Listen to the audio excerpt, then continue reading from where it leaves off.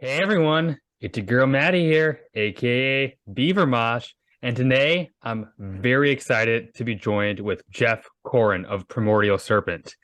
Thanks for joining me. I'm really glad we could finally do this. We've interacted on social media a bit. I've reviewed a couple of your records, so glad we can finally talk. Oh, same here. So, before we really get into anything else, I did want to mention that you did put out an EP not too long ago, just a couple weeks ago, I believe, the Funereal Winter. hmm Are you previewing anything with that? Is it just some like tune you had at the moment? Is there a full length coming up? Like where does that fit in like the whole discography or the whole trajectory of Primordial Serpent? I don't really know per se. I think it was just like like anything else that I've done with Primordial Serpent. It's always just been a collection of just riffs and ideas that I had at the time, and I figured, you know what, I had like a few songs that were written. I might as well just release this as an EP. And the other thing is too is that I also recently bought art off an artist that I Okay. was going to be putting it to use. And I said, you know what? I have like a few songs left over that didn't really quite make the cut for like Adversary of God. I'll just release this as an EP. Awesome, awesome. Well, I'm glad you mentioned Adversary of God, 'cause that was the kind of the next direction I wanted to take this. I did want to talk about that because that was your latest full length, and I've talked about it on the show. And what really struck me about it is like a lot of black metal bands do the whole satanic thing. Like that's nothing new. But as I've stated before, this record, to how I hear it, how I interpret it, and the lyrics you put out, it feels more personal and inward in those themes. Am I correct on that? Yeah, you are pretty much correct on that because during the last couple of years, I was reading into Satanism Sure. as a newcomer. And when I was reading into like the Levian Satanism and his um, philosophies behind it and his perceptions behind what Satanism is, um, it really struck a chord with me because I was pretty much kind of acting like that and living by those philosophies without even knowing it. Sure. So when I did Adversary of God, it was basically just me expressing myself and kind of delivering to the audience my own discoveries and my own connections with it and my own inspirations from it. So I was trying to kind of avoid the cliches that come with like other black metal bands that did in the past, you know, by Right. like referencing like rituals and like witches, dances, and you know other stuff like that, and tried to make it more about my personal journey into Satanism. That's fascinating. And then I think when bands can take genre conventions and kind of recognizable aspects, but kind of flip it and kind of take it in a different direction, it's always impressive. Like it's like that familiarity, but also something new. And I appreciate that. Yeah. Um, so as a whole, how do you find that the reaction to your music of late has been, especially with like the last few records? And are you satisfied with that reaction? The reaction has been pretty great, to be honest. Yeah. Especially now that I've become a little bit of a meme. I think that's a bit of an achievement when you're putting out music like that because it's. Um, but the reaction that I get from it is actually like overwhelmingly positive because when people look forward to my work, they know that even though I'm releasing like a ton of material like Right. all at once, it's not half-assed. Like it is like well planned out and it is well structured. Which when people listen to it and uh, they just get kind of blown away from the overall, I guess, work ethic that I provide with my music. Yeah. And not only that, but they also get more impressed that these albums sound like they're like almost like the production of like a full-on band when it's just some guy in his basement just making it from like just like standard like recording equipment. Yes. So yeah, I enjoy the reactions to it quite a bit. So the meme aspect, I think I've seen this. Is it? I'm assuming, as you mentioned, it's in regards to just the speed at which you put out music. Pretty much, yeah. That's Yeah, actually what it is. Yeah. yeah, Because yeah. like, oh, Primordial Serpent's got a new album. Guess I got to take money out from my wallet again. I'm pretty sure I've seen those comments on Rate Your Music, but yeah, you are. Oh yeah, there's been a few of those. Oh yeah, you are prolific. That is kind of your thing. Like, do you have like a schedule when you want to put out music? Do you kind of have a goal, or is it always just kind of being created and pumped out? And when a record is just done, there it is, you put it out. Uh, no, I would say there's no real schedule. It's like, to me, Primordial Serpent still feels like a basement project to me. Mm-hmm. So it's just something that I kind of do where it's like, oh, write a song or write some riffs and yeah, I think I got something here. I'll save this for later and maybe I'll put onto like an album eventually or something like that. Awesome, Um, awesome. but yeah, there's no real schedule for anything. It's very impulsive and just very kind of spontaneous. Um, but again, most basement projects are because that's how I still view it, right?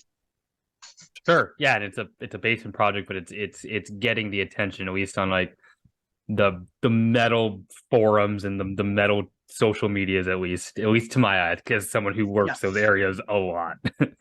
yeah. um well, I'm really excited to do this interview for selfish reasons, actually, because you're the first proper black metal interview I've done. Like, I've interviewed a few projects, but you're like the first that just fits in that subgenre. And so I get to talk kind of in the kind of the intricacies of kind of black metal philosophy, because it is my favorite subgenre. I've been pretty open about that with my viewers, but it's also a type of metal that I've noticed doesn't always appeal to every metalhead. Uh, Right. what about a black metal do you think is different? Obviously, it's a big question. I think But what it is that a lot of bands in black metal really embrace the raw production. yeah, Because there's a lot of artists out there that are great that have put out like tons of material, but because the production on the majority of black metal albums are purposely made to be unclean and very raw and sound like they're being recorded in like a cellar somewhere, um, that's part of it. I yeah, think also the other reason too is that black metal itself can really project a very melancholic theme too, right. like a very despairing theme. Like one band example would be like, like especially like the DSBM bands, like Make a Change, Kill Yourself or something like that, where it's like very like just depressive and very just melancholic and just makes you want to like just like do what it says in the band's name, kill yourself. Yeah, yeah. And see, when you talk about the melancholy and like the rawness, like I am someone that looks for that. Like, I'm always looking at like the parts of Bandcamp that have like the 25 cassette copies of like from the obscure label that put out like the rawest black metal, and I'm like, what what do you think is the characteristic that black metal fans share? What is it appealing to this kind of niche community? Well, I think the main characteristic that like a lot of the black metal fans and like a lot of black metal artists like share too is just the the do-it-yourself aspect when it comes to making the albums, Mm-hmm.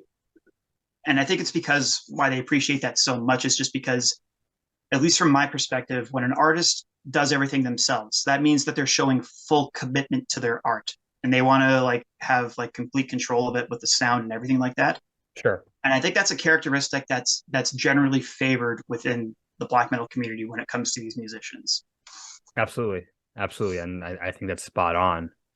Well, I want to switch gears a little bit and talk about, well, maybe not as much as in Winnipeg, where you're from, but though you do share a scene with Nocturnal Departure. But it Mm-hmm. seems over the past handful of years, I've noticed that Canada as a whole, as a country, has seen a huge spark in black metal. You have like Spectral Wound and Antifaxif, to name a few. Why do you think that is? Like, what's happening in Canada? I have no clue, to be honest. Yeah, maybe it's just because we have, that's actually a pretty good question. I think it's just because we share a lot of similar, maybe like not really so much like similar politics to like Europe and stuff like that, but like similar climates and similar themes. Maybe I don't Yeah, really know. And I think it's just because black metal too has a very cold and very frigid sound, and Canada can be pretty cold and pretty frigid. So that could be it too. I'm not yeah, quite so sure, but that would to me make the most sense. sure. And maybe it's something that maybe I'm over exaggerating, but it's just something I've noticed and something I've talked about because I have seemed to review a lot of Canadian black metal, and I don't know. It's just an interesting trend I've observed, and I'm all for it. Yeah. So I want to ask, how do you kind of craft your riffs, so to say? Do you have a writing process? Where are these coming from?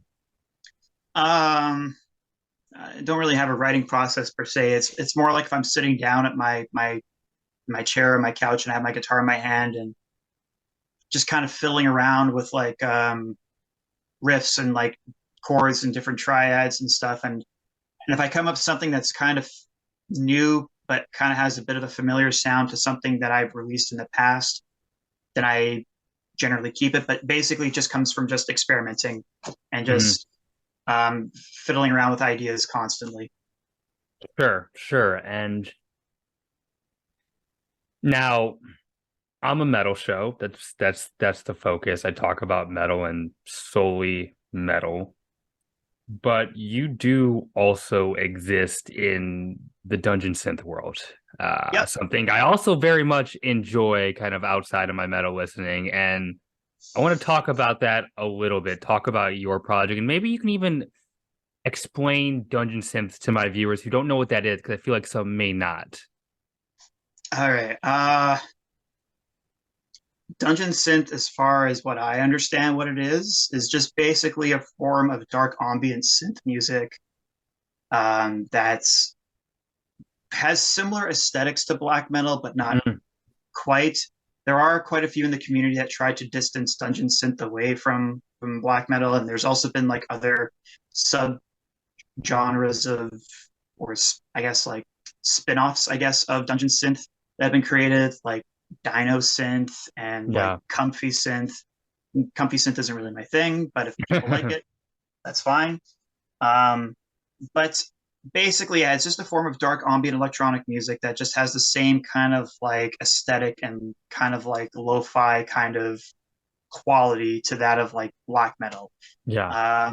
It's basically like the stuff that you would hear from like a perfect example would be like the band Summoning. Yes. One of my And favorites. yes, yeah, exactly. So like the intro track to Minas Morgul, Yeah. that would be like Dungeon Synth basically in a nutshell. Hmm. And yeah, there's not really much where I can really kind of explain on that. I just usually say just listen to it for yourself and just kind of make your own definition of what Dungeon Synth is. Hmm. Because some people, when I try to explain it, they're just like, okay, yeah, sure. And when actuality, they're like, I have no idea what he's talking about. And your Dungeon Sense project is called what? Calamite. Yes. Yeah. And so I just kind of want to add to that. A lot of you get really into the world of black metal, even though they are two separate genres. You will see a lot of black metal labels also carrying Dungeon Synth. You will see a lot of black metal bands maybe saying they incorporate elements of Dungeon Synth or vice versa. There is crossover and a lot of shared fan bases. Oh yeah, absolutely. As there's one label in particular called Out of Season, and I Mm-hmm. believe they do both. Like they're basically like the number one label in releasing Dungeon Synth, if I recall correctly, or if they're not, they are arguably like the number one label. But they've also done a few black metal releases too. Um, and there's also quite a few of other ones too. But generally, yeah, a lot of them will end up doing like both. There are some that just stick to one or the other, but but in the underground scene, it's coming more apparent that there are some that are doing both. Sure. Now, for fun, I thought maybe we talk about video games a little bit because your name is a Dark Souls reference, and so what about that series is so compelling to you? Because it's Dark Souls. Perfect. No, it's okay. So like when I first started playing it, Yeah. I hated it. Oh, This was interesting. like back in 2012, 2013. I did not like it because of the difficulty. Yeah. But then I found my friends kind of told me like the way on how to play it and how it works. And once I kind of figured out the mechanics for it, I loved it. Yeah. I still well, I love and hate it because, and the reasons why I hate it are the same reasons why I love it because it's so incredibly fucking hard. But the other thing is too, what I really liked about Dark Souls 2 is that it was, and all the other games made by From Software, is that they have a very unique way on telling really deep lore, Yeah. but with not being very upfront about it. Like it's very cryptic, and you kind of have to figure out the story from just like talking with characters and interacting with them and reading like item descriptions and kind of like looking around the environments to see what exactly happened in this place and how it pertains to the story and how it pertains to the lore. And I always kind of thought that was kind of interesting on how they did that because they did it very masterfully and very carefully too. So that's why I got so drawn into like playing Dark Souls and all those other FromSoft games because they just seemed very unique.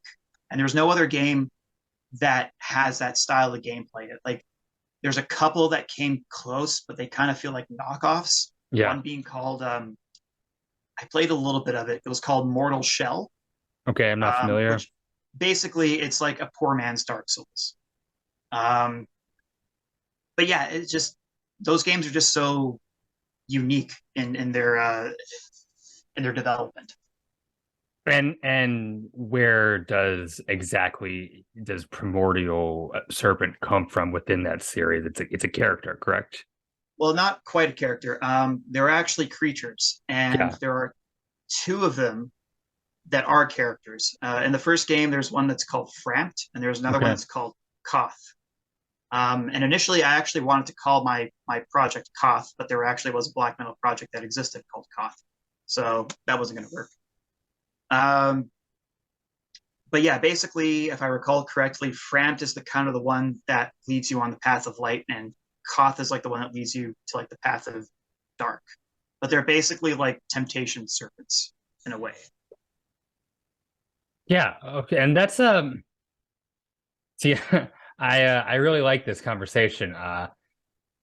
RPGs are I play myself kind of one of my hobbies outside of doing this show, and it seems like it's a thing that does kind of exist in the black metal community. Like I know some black metal bands that are lyrically inspired by like The Witcher. I know a couple that are inspired Yeah, by like uh the Elder Scrolls games. It's like there is that tie, and I think it's just kind of the fantasy aspect that's very appealing.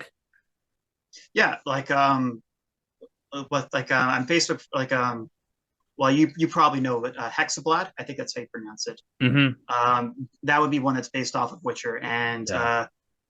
yeah, and he, I think, is also working on a Dungeon Synth project now too. I can't quite recall. Maybe he did release it. It's hard to keep up with what people are putting out these days. Um, but yeah, it's really neat to see that. But I think the reason why it works so well is because RPGs have worlds that are so incredibly expansive that you can just basically use that as just like your main vice of inspiration. And I find that pretty neat. Cool. RuneScape is my game. Yeah, uh actually, I was just playing an RPG just before you sent me the link. So called Genshin Impact, and I thought that was pretty fun. okay. Well, we're not a video game show, so Let's go let's back to move the on. But metal that was stuff. fun. Yeah. Yeah. uh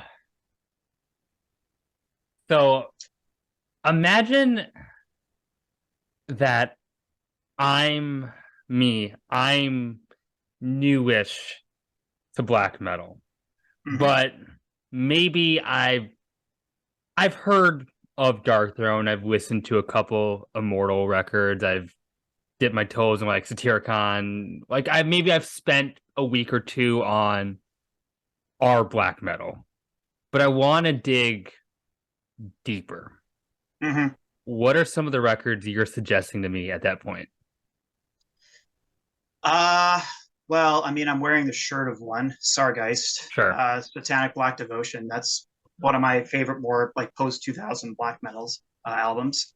Another one I really liked, War Moon Lord is another one I also really like as well, especially their first album, um, Burning Banners of the Funereal War. Hmm. One I've also been recently getting into is one called Lamp of Murmur. Oh yeah. Oh yeah. I just talked about Lamp Ripper on the show very recently. Oh yeah, Lamp of Murmur are like if you like gothic kind of themes Hmm. infused with raw black metal, that's basically what Lamp of Murmur is. Yeah. Um, I know you mentioned Nocturnal Departure. That's a great one to start with too. Who else? If you're looking more kind of like for like pagan, maybe more folky stuff, there's one that's called Seer, Hmm. spelt Saor.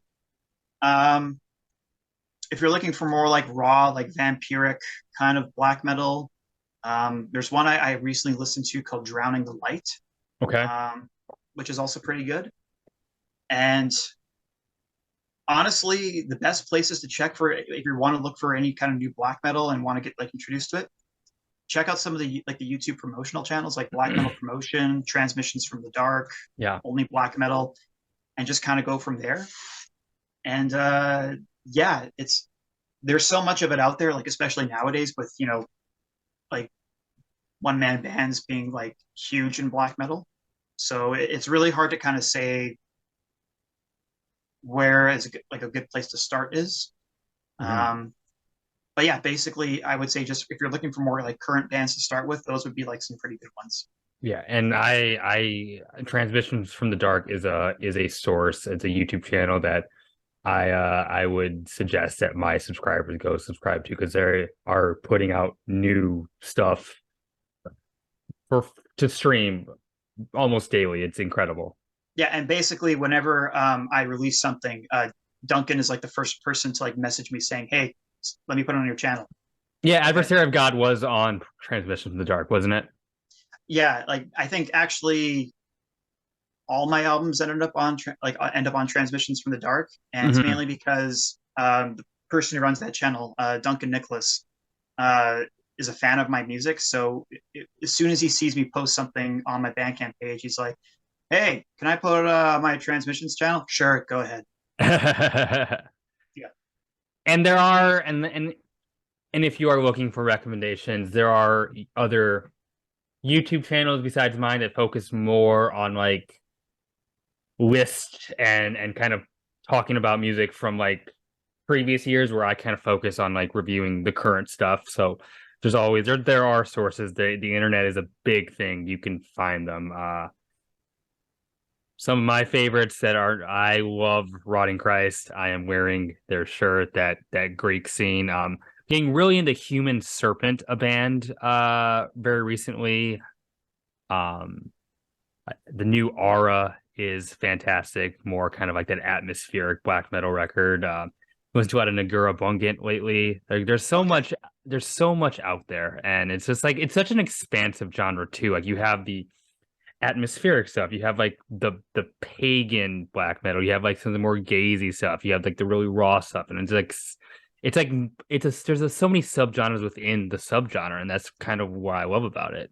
Oh yeah, and you also got like the symphonic stuff too, and then you also have like blackened thrash and blackened Yeah. death, and yeah, it is a genre I would say that's pretty experimental with where you can take like you can just basically take the core sound of it and like veer off it a little bit in one direction. You can have something completely different than like something else, you know, which Hmm. is pretty neat. Have you been listening to anything in particular that you've been enjoying that's maybe more of a newer release? Not so much. I guess they are technically black metal, but I've been listening to. Well, actually, I was listening to a band called Knock Licht, which is a Toronto-based black metal band. I just saw them Okay. play a couple weeks ago. They were really good. Um, and who else? Listening to the last Archgoat record, but that's more Okay. like war metal. Yeah, we haven't even talked Um, about war metal. oh, I'm not super familiar with war metal, but Yeah. that's but um but yeah, what else have I been listening to recently? Uh,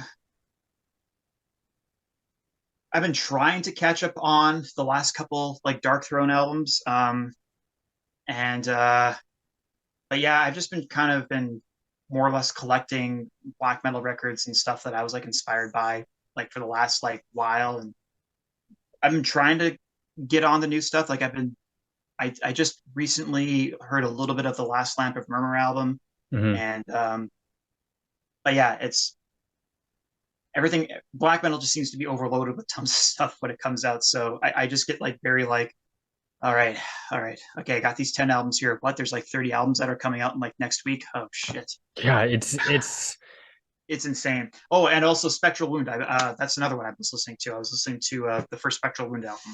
yeah, I have a Spectral Wound poster right up there. They're one of my favorites. It's like that melodic black metal take. They one of the best currently, in my opinion.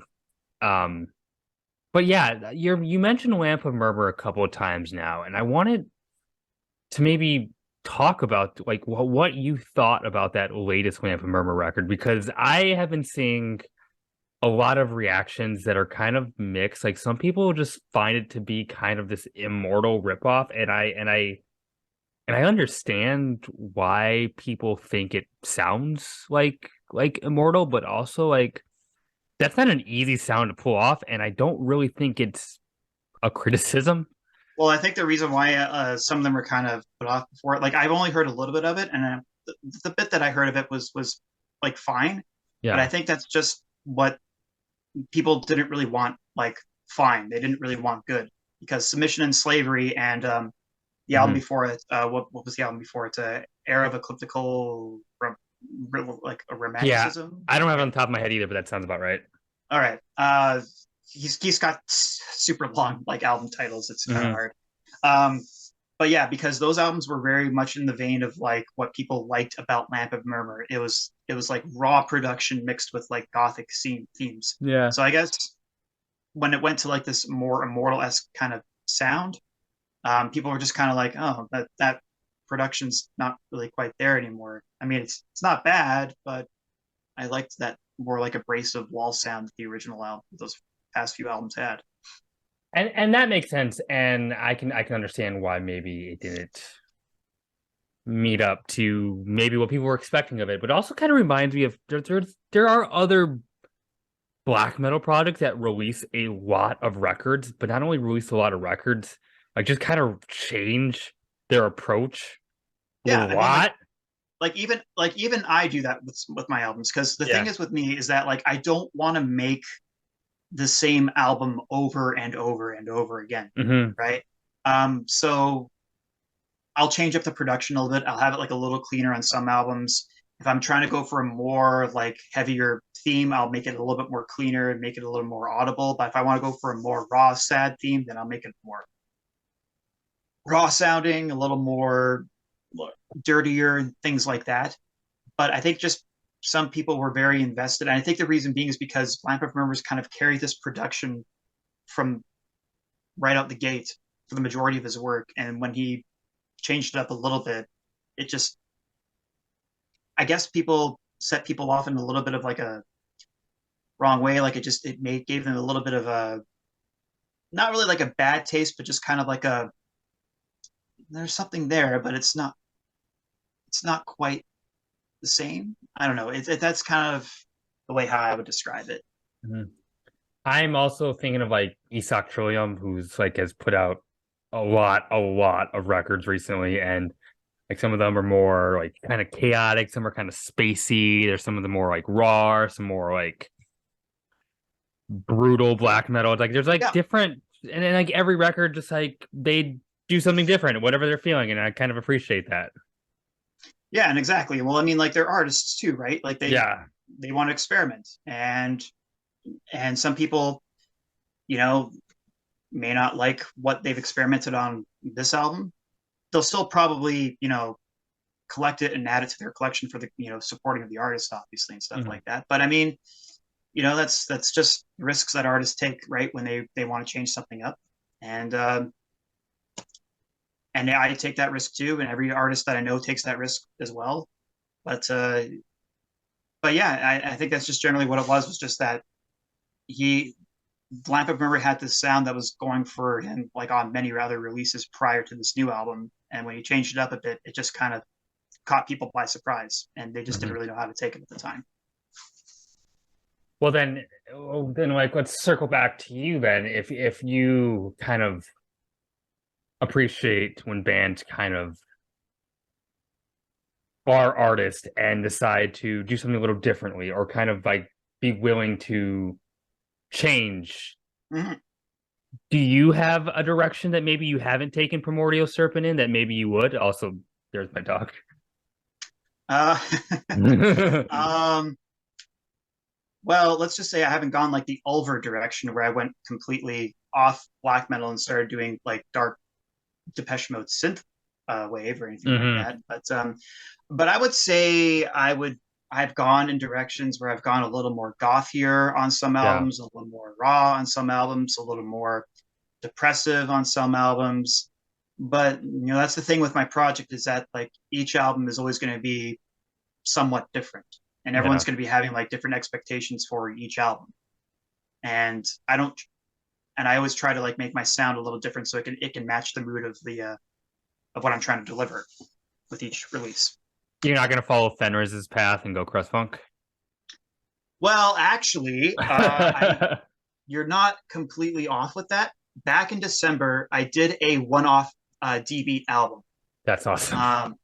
called Disgraced. Okay. And basically what it was basically a horror movie themed D-Beat where Yeah. basically I took the concept of like the band Mortician, Yeah. where they Oh have yeah. like minute long horror film samples at the beginning of every single one of their songs. Basically, I took that concept but I applied it to DP punk.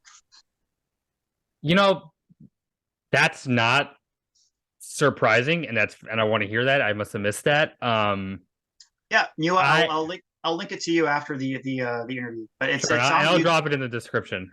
Yeah, Um, See, that's interesting to me because I think a lot of people don't look as fondly about that Dark Throne era, though I think it's super underrated and actually people should revisit it because I like the crust punk stuff, and I think a lot of black metal fans don't realize how much similarity there is and how much well, I think there is Chris, crust punk in black metal.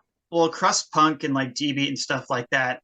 It was one of those like extreme subgenres back in the early '80s that kind of helped influence the sound of black metal, at least to me. Like, I Oh, mean, I can clearly hear that sound from like listening to Discharge, like "Hear Nothing, See Nothing, Say Nothing," and have that sound quality come on like like a Bathory album or oh yeah. anything like that. So, and the other thing is too is that there's also a few crust punk bands that listen to like I know a lot of people in black metal that also enjoy a lot of crust punk and a lot of deep beat punk too. There's black and Um, crust punk. there's Black and Crust, exactly right. Uh, so yeah, I do find that there's some common ground between those two genres. I mean, they both have very similar raw production. They're both very aggressive. Um, so I don't really see like how people could really like. I mean, I always viewed like crust punk and D beat as like punk for people that are there into black metal. So I don't know. It's kind of weird that you would see people not really associating the two genres having an influence on one another. Yeah, yeah. I'm there's content there.